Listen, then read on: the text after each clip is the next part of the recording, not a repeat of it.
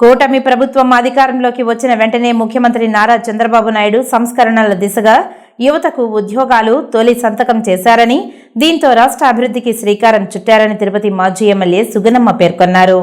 Tirupati press క్లబ్లో సోమవారం ఏర్పాటు చేసిన మీడియా సమావేశంలో ఆమె మాట్లాడారు.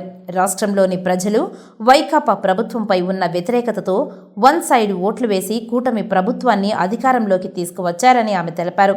పెన్షన్ పొందుతున్న లబ్ధిదారులకు 4,000తో పాటు మరో 3,000 అదనంగా కలిపి 7,000 రూపాయలు అవ్వాతాతలకు ఇవ్వడం జరిగిందని తెలిపారు.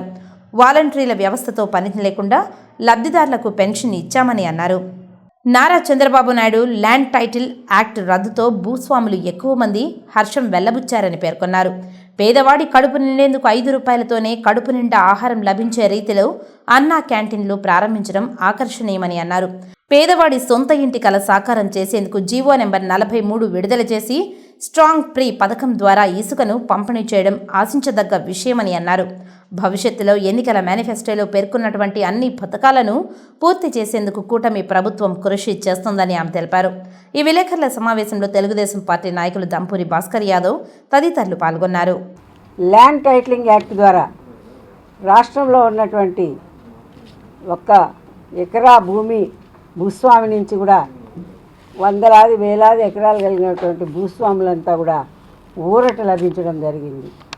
అదే విధంగా మరి పెన్షన్ ఏదైతే తీసుకుంటున్నటువంటి మన అవ్వాతాతలు కానివ్వండి, వితంతువులు కానివ్వండి, అంగవికలులు కానివ్వండి, వాళ్ళంతా కూడా ఈరోజు మరి ఎంతో ఉత్సాహంతో వాళ్ళకి 4,000 పెన్షన్ పెంచడం, 3,000 నుంచి ఏకంగా ఒకేసారి 1,000 రూపాయలు పెంచడం అనేది వాళ్ళు గత ప్రభుత్వాల్లో చూడలేదు.